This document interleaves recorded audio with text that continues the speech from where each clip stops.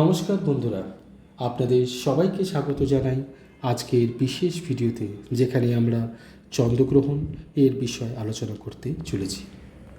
আপনারা সবাই জানেন, আগামী 7ই সেপ্টেম্বর পিতৃপক্ষের শুরুতেই পূর্ণগ্রাস চন্দ্রগ্রহণ এবং এর সমাপ্তি হবে 8ই সেপ্টেম্বর।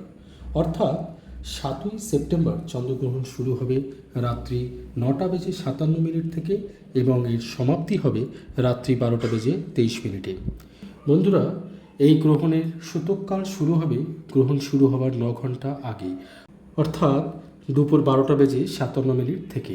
এই সূতককালে পুজো পাঠ করা অনুচিত এবং গর্ভবতী মা বোনেরা নিজেদের প্রতি বিশেষ সাবধানে থাকার চেষ্টা করবেন। তবে সূতক অথবা গ্রহণ চলাকালীন ইষ্টমন্ত্র বা গুরুমন্ত্র জপে বিশেষ ফল লাভ করা যায় এবং শাস্ত্রে এই সময়কালে মন্ত্র পুরস্চরণেরও বিধান আছে। অনেকের উপর যেমন নেগেটিভিটি বা কালাজাদু, ব্ল্যাক ম্যাজিক করা থাকে, এই সময় বলা হয় এই ধরনের নেগেটিভিটি থেকে বিশেষ প্রক্রিয়ায় মুক্তি পাওয়া যায়। দেখুন বন্ধুরা, চন্দ্র হলো আমাদের মনের কারক, আমাদের মাকে রিপ্রেজেন্ট করে থাকেন। এই চন্দ্র এবং প্রত্যেকটি রাশির উপর এর শুভ অশুভ ফল পড়ে থাকে।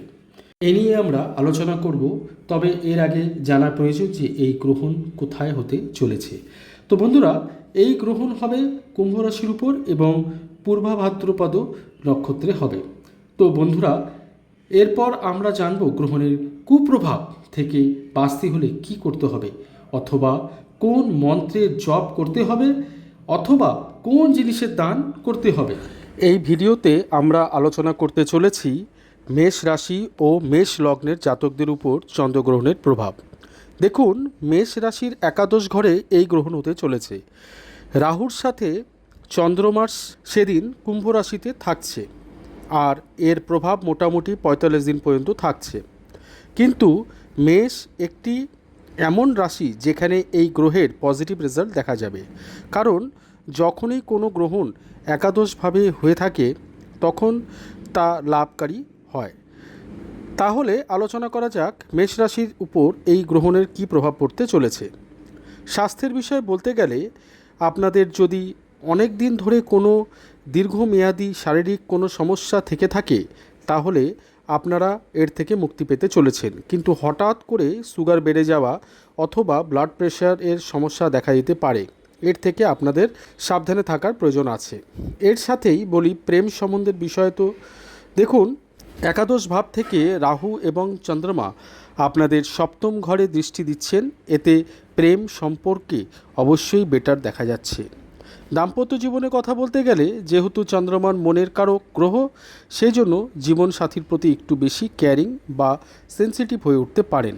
ওভারঅল দাম্পত্য জীবনে এই গ্রহণের প্রভাব ভালো দেখাচ্ছে। কর্মক্ষেত্রের বিষয়ে বলতে পারি, আগামী 1.5 মাস আপনাদের গোল্ডেন টাইম থাকতে চলেছে। আয়ের ঘরে গ্রহণ হওয়ার জন্য আপনাদের ব্যবসায় বিশাল উন্নতির সম্ভাবনা দেখা যাচ্ছে। হঠাৎ করে ধন প্রাপ্তির সম্ভাবনা রয়েছে এবং বিদেশ থেকেও লাভের কোনো সম্ভাবনা রয়েছে। আটকে থাকা কাজ শুরু হতে পারে, কিন্তু কারোর উপর অন্ধবিশ্বাস করবেন না। স্টুডেন্টদের জন্য এই গ্রহণ খুব একটা আশানুরূপ ফল দেখা যাচ্ছে না। মন চঞ্চল থাকার সম্ভাবনা রয়েছে।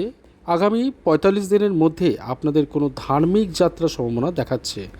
সেই সাথে আপনারা ভাগ্যের পুরোপুরি স্বাদ পেতে চলেছেন, কারণ আপনাদের ভাগ্যেশ হলেন গুরু বৃহস্পতি এবং গুরু আর চন্দ্রমার মিত্রতা রয়েছে, তাই বলা যেতে পারে ভাগ্য আপনাদের সাথে আছে। সেই সাথে আপনাদের রাশি অধিপতি মঙ্গলের আরাধনা করা উচিত এবং হনুমান চালিসার পাঠ করা উচিত।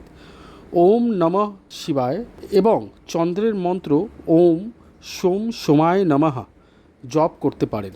এই সময় আপনারা গুড় এবং কর্পূরের দান করতে পারেন, এতে আপনারা চন্দ্রমার কৃপা পাত্র হয়ে উঠবেন। এর সাথেই আজকের এই ভিডিও এখানে সমাপ্ত করলাম। আপনারা সকলেই সুস্থ থাকুন ও ভালো থাকুন। নমস্কার।